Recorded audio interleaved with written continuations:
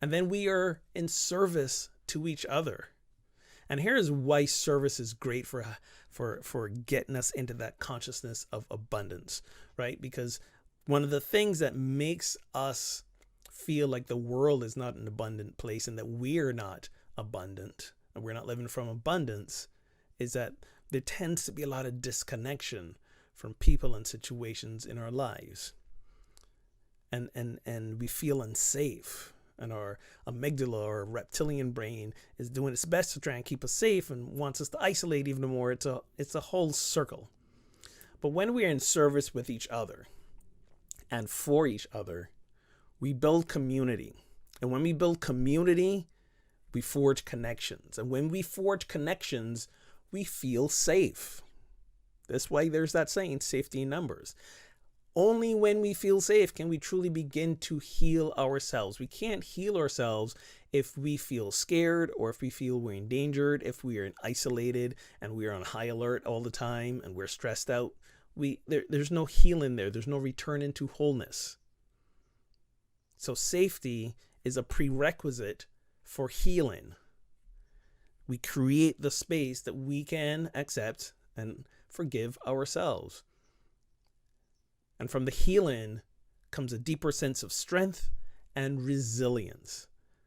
And here's the thing about resilience. Resilience is that ability for us to be in the world, and regardless of what happens in the world and in our lives, we don't fall apart. We don't implode.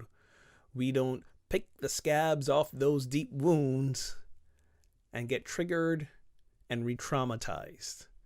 That's resilience. When we are resilient, we see the world through a lens of, I am good, and I bring goodness to the world, and ultimately the world is good. And then finally, as we walk through life that way, we are in a place of trust. Deep trust, knowing that God, spirit, universe, whatever you want to call it, is going to meet you at the point of your need. Now, I know the word trust sometimes gets a bad rap in Unity. You know, Charles Fillmore himself, or was it Myrtle Fillmore, I think it was Charles who said it. Trust is a weaker brand of faith. Well, I want to make the distinction between faith as one of our 12 powers, and again, trust, this knowing that your needs will be met at the point of when you need them. Not before, and that's the thing with us human beings, we want assurances before it happens. Right? There's no assurances in this world other than knowing, if you choose to know it and live it, that God will meet you at the point of your need. And what do you need?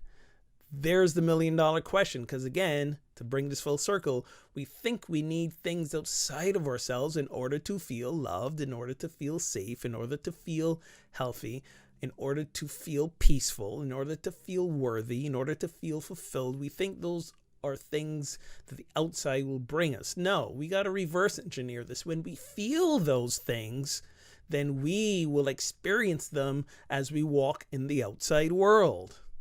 That's how this works. That's the deep understanding of what abundance consciousness is. When we realize that we are it, then we will experience it.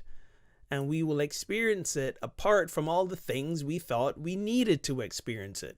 Those things may come into our life, they may not come into our life, but we get to understand that they don't matter anymore.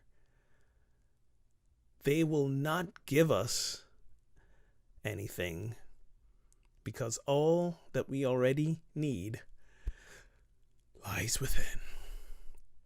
This is the true understanding of abundance. Living from forgiveness, acceptance, service, and trust.